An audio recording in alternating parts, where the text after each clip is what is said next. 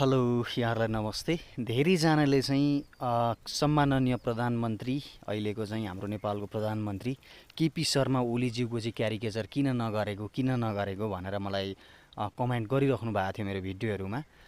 मैले गर्न चाहिँ गरेको थिएँ, अलि अस्ति भिडियो मैले अपलोड गरेको थिएँ, हेर्नु भएन होला। ठिकै छ, आज चाहिँ बाले जस्तै अलिकति ठट्टौलो स्वभावमा क्यारिकेचर गर्नेछु। कस्तो हुन्छ हेरेर साथ दिनु होला है त। सुरु गरौँ।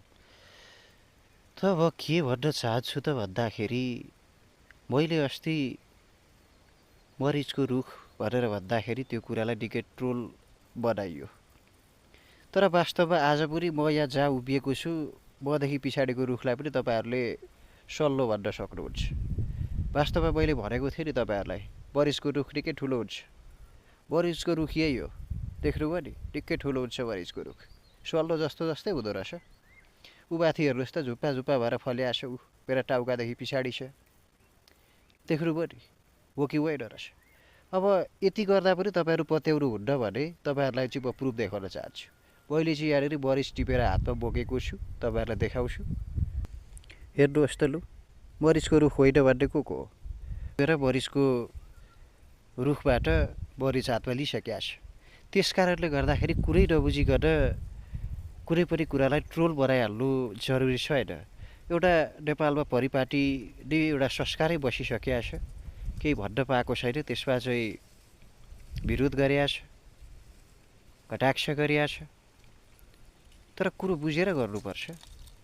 मैले नबुझी गरे अब त होइन नि त।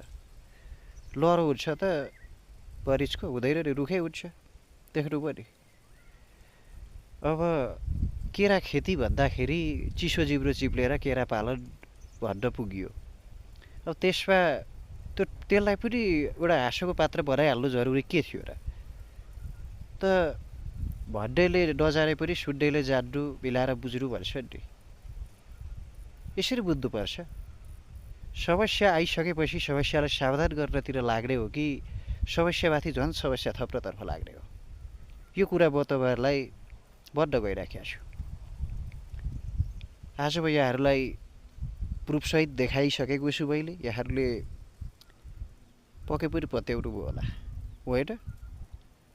तर आज चाहिँ मैले साँच्चै भन्नुपर्दाखेरि तपाईँहरूलाई पनि झुक्याउन खोजेँ हो। खासमा यो सल्लाहको रुख हो। धन्यवाद, थ्याङ्क यू। कस्तो भयो? कृपया सल्लाह सुझाव दिनु होला है त। Thank you.